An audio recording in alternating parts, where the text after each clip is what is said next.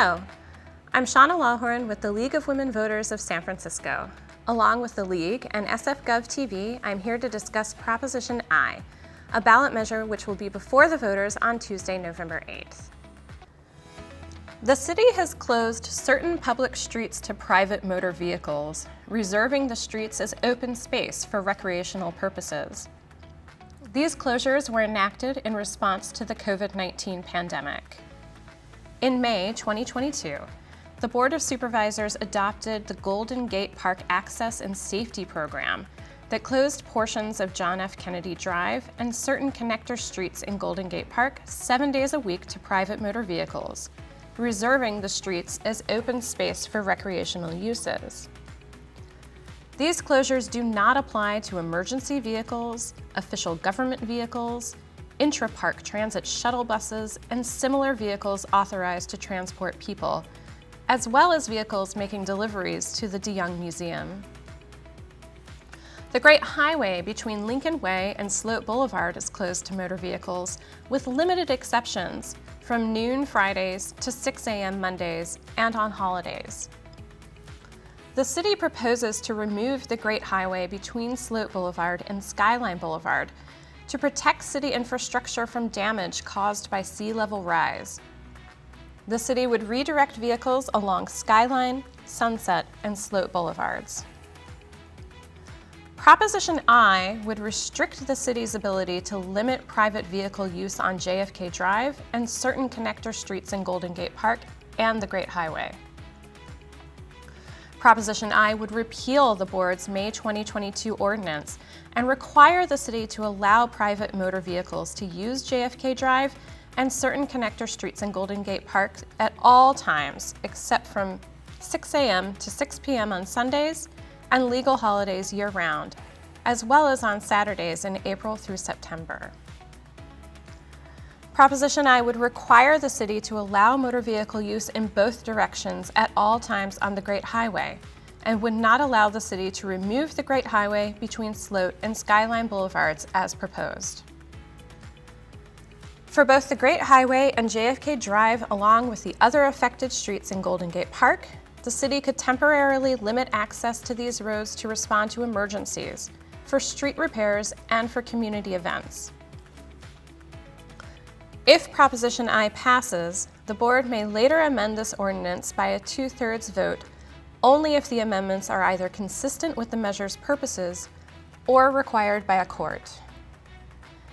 If Proposition I passes with more votes than Proposition J, then Proposition J would have no legal effect.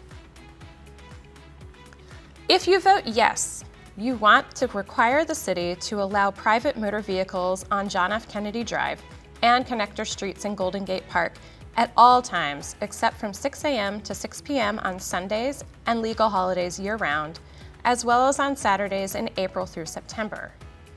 You also want to require the city to allow motor vehicles in both directions at all times on the Great Highway and not allow the city to remove the Great Highway between Sloat and Skyline Boulevards as proposed. If you vote no, you do not want to make these changes.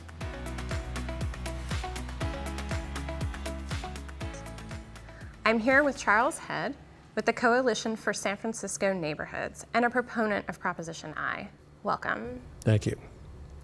We're also joined by Justin Hu Wen from the San Francisco Bicycle Coalition and an opponent of the measure. Thank you for having me. Thank you both for being here. I would like to start with Charles. Why do you believe this proposition is so important? Well, the title of the ordinance establishing Proposition I says it all. It's access for all. I live near Golden Gate Park. I can walk there anytime. I'm lucky that way. But Golden Gate Park is central to the city and to all of our neighborhoods and all of our districts. It's difficult for me to imagine people walking or even biking from Treasure Island to come to Golden Gate Park. Same thing with Hunters Point, Indy Park, Candlestick. Difficult, if not impossible. President of the board, Shimon Walton, has complained that people of his district, District 10, had no ready access to the park. And what we need is to have the park accessible to all. It is laudable that the Rec and Park Department wants to have everybody to have a park within 10 minutes walking time from their residence. But Golden Gate Park is unique in the city and unique in the nation, I think, in terms of what it offers in the way of museums and other attractions. I think that all of us deserve access to the park as much as possible, whether or not we can bike there, walk there, or if our parents have to drive us there, or if we have elderly people that need to be driven there. Thank you. Justin? Proposition I is a step back for California.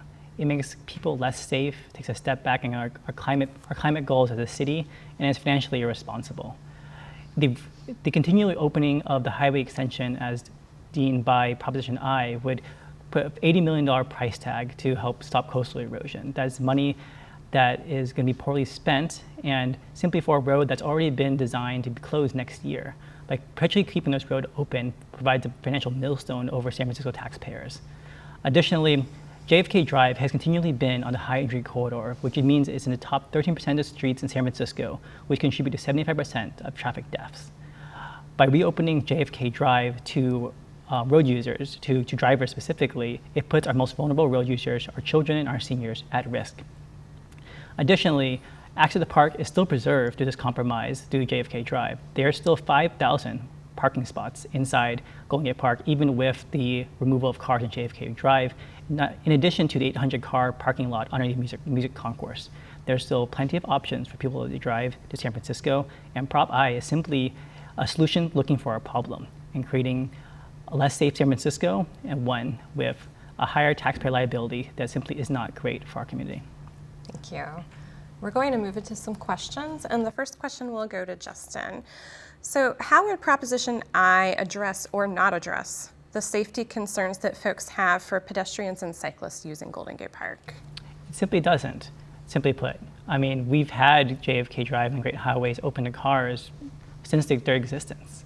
And by having JFK on the high injured corridor, it proves that cars simply and pedestrians and almost automobiles aren't already mixed. You know, our parks are made for people, not a thoroughfare for cars and 2-ton pieces of steel. It's important that we provide access for all road users, which is why even with the closure of JFK for cars, there's been additions of ADA accessible handicap spots and dedicated lot behind the bandshell and conversations with making the affordable rates within the concourse. So this is not only about cars and bikes, but also maintaining equitable transportation options for all road users.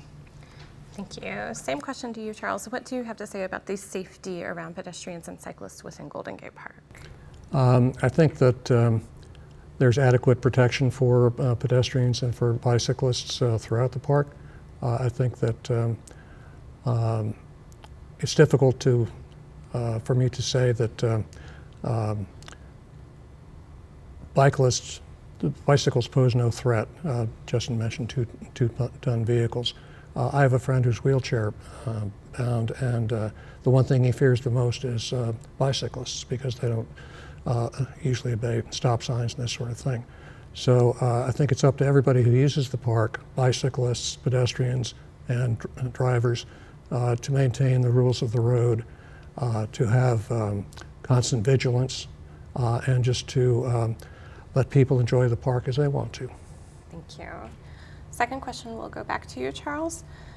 The southern portion of Great Highway from Sloat Boulevard to Skyline Boulevard is a focus of planning and study to address beach erosion and protection of wastewater infrastructure.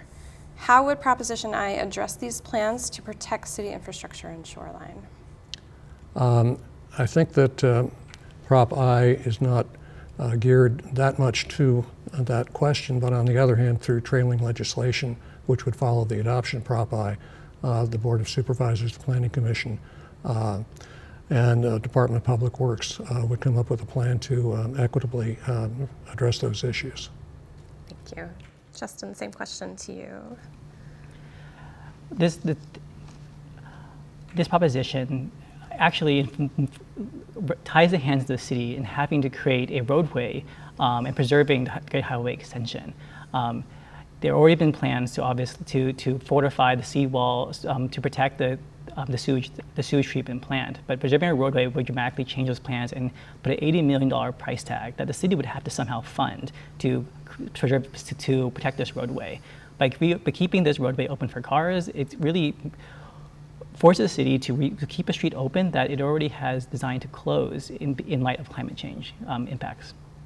Thank you. Closing statements. Any further thoughts about Proposition I? We'll start with you, Charles. Okay, thank you. Again, the point I want to make here is that Proposition I's main aim is to open up the Great Highway and JFK Drive in the areas that have been heretofore shut down or had flows reduced. It is to make the park more enjoyable to all visitors, to all residents, open to all. And again, the title of the ordinance is Access for All, and that kind of sums it all up very succinctly. Thank you. Final words, Justin? Yeah. Prop I's name is a misnomer about Access for All. It simply prioritizes access for cars. Even with the closure of JFK to two cars, there's still 18 entrances for the parks and 5,000 parking spaces. And the park is surrounded by Fulton, by Lincoln, Great Highway, and plenty of access for road users. It's important that we preserve the green space and recreational space for our road users. For example, daily visits to the park have increased 36% since the JFK Drive has been closed, showing that this car closure has increased the foot traffic in the park and to the exhibits. That includes to the Botanical Gardens, to the Academy of Science, and really allowed our exhibitions that are world-class to prosper. So I feel this proposition is a step back and puts an $80 million price tag that our taxpayers are going to go on the hook for. Thank you. And thank you both for your time and your Thank you for having willingness us. to help educate the public about this Of course. measure. Thank you. We hope that this discussion has been informative. For more information about this and other ballot measures in the November election, please visit the Department of Elections website at sfelections.org. Remember, early voting is available at City Hall starting on October 11th from 8 a.m. to 5 p.m. And if you don't vote early, be sure to vote on Tuesday, November 8th.